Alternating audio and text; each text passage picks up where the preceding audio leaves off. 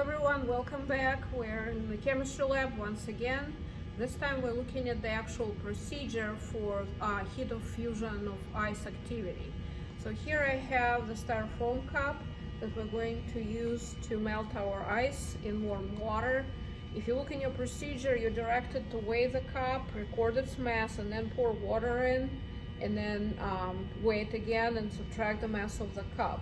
So that's exactly what we're going to do. So as you can see over here, I zeroed out my balances, and I'm going to place the cup on the balance, and you can go ahead and record mass of the cup to be 2.2, let's say 2.302 grams.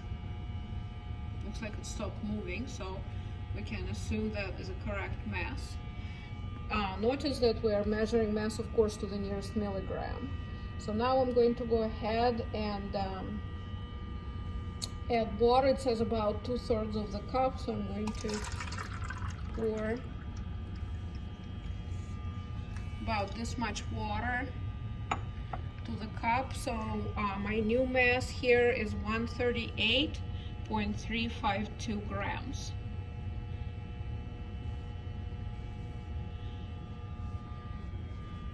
So now we're going to carry our cup over here to the student bench.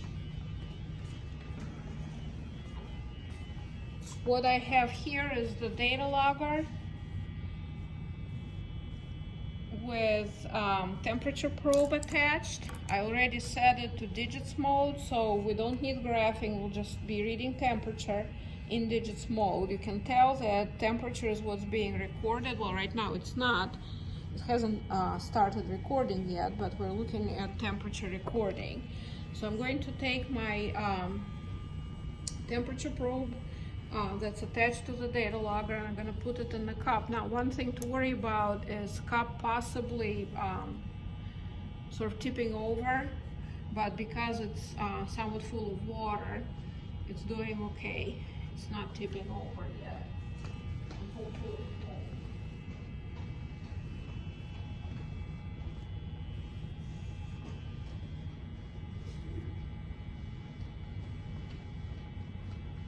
What one can always do to improve the stability of the setup is place the cup with water in it into a beaker. This is a 400 milliliter beaker, as you can see, and I'm going to start the run.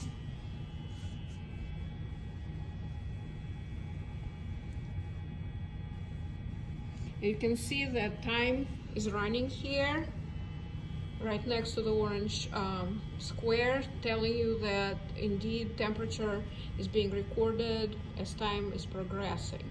So our initial temperature of warm water will be recorded as 29.9 degrees Celsius. So it's a little bit warmer than the air in the lab. What I also wanted to show you is what the handout looks like. So this is the handout that you will be able to find on Canvas, and typically you would have to print it and bring to class.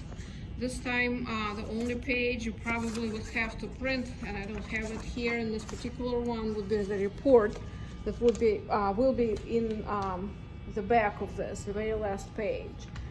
So next we're ready to add ice. As you can see, temperature of warm water is not changing.